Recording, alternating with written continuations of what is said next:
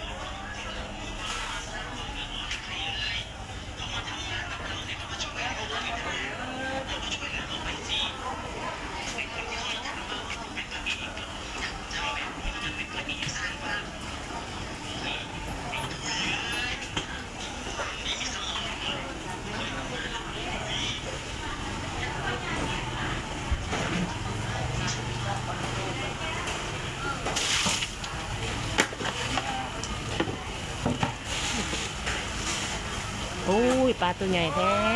เด้อปลาตัวใหญ่เด้อตลาดสีไข่น้อยน้อยพี่เดี๋ยวนี้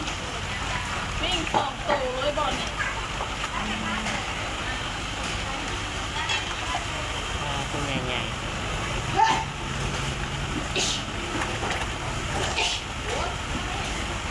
น้ำป่าไม่อย่างมาทั่วไม่จะโตโตนี่ก็มีกับผมดีเนาะโอ้โหบุรีปิ้งไหนจะมีปะปิ้งแซ่บตัวปิ้งแบบจะมีเป็นเท่าไรจ้าจ้า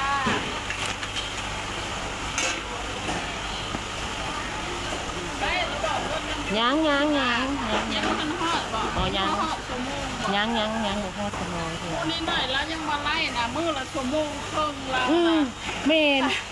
มือหน้าพันคาหรือว่าน้ำหมาเพิ่นละยังนาทีเดียวบ่ฮอดนะเพิ่นละปิดมาเนี่ยอุ้ยเพิ่นละเลือดใหญ่ยังไงเพราะว่ามันบ่ได้เด้เนาะเพิ่นบ่ฮอดชั่วโมงมันเดี๋ยวนี้น่ะมันเปลี่ยน ปิ้ง เปลี่ยนแอ ใส่ ร์ ข้าวล้างให้แดง ตอนนี้โบได้พายแล้วตอนนี้นะ ตัวนี้นุ่มเนาะตัวนี้เนาะ ตัวใหญ่ปิ้ง ตัวใหญ่จริง ล้างพร้อมจ้า ล้างเลยเนาะ ของเจ้าได้เลยบ่เฟซบุ๊กนะเรียบร้อยบ่ ยังบ่ได้เห็นเหมือนซีผู้ เออ ใส่เงินซีผู้มันก็ได้อยู่เนาะ เออ เพราะว่าผู้ติดตามล่ามัน18,000 คนเลย ถึง10,000เลยเด้เนาะ 15-16,000 คนเลยยังพันแล้วไปเห็ดว่ายังว่าไปเมื่อใดไปเท่าใดก็ไม่ได้ไปหาผู้แอนเพื่อ เออ เพราะมันต้องสั่งอยู่ไทยเด้ในลาวเฮามันบ่ได้เด้ เออ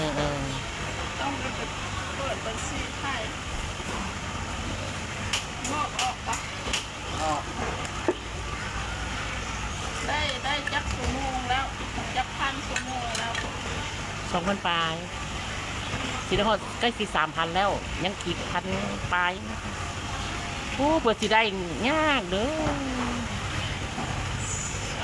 นี่หน่อยเรามาไล่ทุกมื้อนะมื้อชั่วโมงครึ่งแล้วนะยังว่าเพิ่นฆ่าว่าน้องหมาเพิ่นยังนาทีเดียวบ่ฮอดโอ้ยมันนั่งไล่เนาะตัวสิฮอด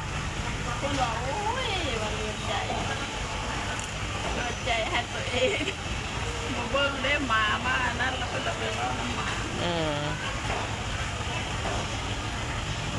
มาเด้อมาซื้อปลาเด้อตลาดสิไข่เด้อสดๆใหม่ๆแซ่บๆ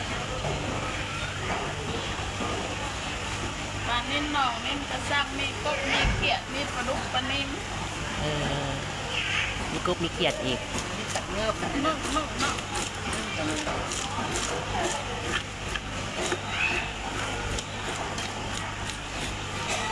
ผู้ขายก็แม่ค้าก็งาม แม่ค้าก็งามแล้วก็ใจดีเด้อแม่ค้าเนี่ยนะเฮ็ดให้เบิดทุกอย่างเฮ็ด เดี๋ยว ดี นี้แถมจิ้มตัวหนึง เฮ็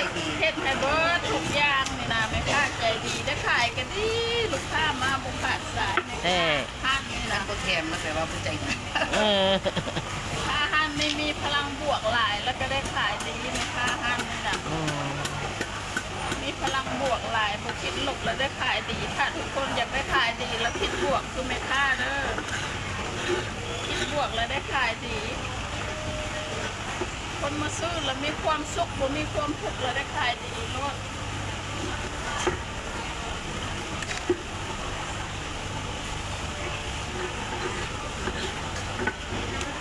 มีอินคือมาทานผู้สิไทยเยอะ แท้แล้วว่า ลงพื้นที่ เออลงซ่อม YouTube แล้วเด้ เอาเด้อเครื่องใน ที่ซ่องบ่ แม่นแหละซ่อม YouTube แต่เราศึกษาเราเรียนรู้เพราะว่า ยั ยัง บ่ได้ผ่านยังบ่ผ่านเดือนยังบ่ผ่าน ว่าทานได้ละ ผ่านเก่งก็ได้เงิน ยังสมองยังบ่ผ่านสมองยังบ่ผ่าน พวกไทยเขาหันได้เงินบางหลายแม่เขาพาเป็นลุยล่ะไทยเขาได้เงินบา โอ้ งหลาย เนี่ย เขาหาเงินลำบากอะ ลายแท้ก็ลายเพจเด้อ เขามา เพจ เขามาลุยน้ำกันนะ อืม กดคอมเมนต์แชร์ให้กันกระนำแล้วเขาได้เงินน้ำยูทูบเฟซบุ๊กบางหลาย เอาอันนี้จะ ตัดบ่นะเป็นตัดมากระบงามนั้นมันค่ะเฮ็ดแบบห้านอาหารอา ตั้ หาง ร ไปตั้งไปซื้อพอแล้วเอาแล้ว เอาไปเลยได้ฮะจับเงินมา300,000 ขยันหมันเพียรอดทนแล้วได้ขายดีเบิดเพราะว่าเฮ็ดธุรกิจอย่างกระยา มีความขยันหมันเพียรอดทนและสำเร็จเบิดทุกอย่างบ่ว่าสิเป็นเปิดช่อง YouTube Facebook TikTok ได้ มา ประสบผลสำเร็จเบิด นี่นะ แม่นเบิ่งซื้อเบิ่งซื้อ ห้านขายปลาพันทอง ขายปลา 90 วันใจดีป่ะ ใจดี ใจดีแล้วลูกแต่ จะขายก็ดี ใจก็ดีแล้วลูกค้าก็เพิ่มเงินให้อีกค่ะครัว เราจ้า ขอบใจ ไป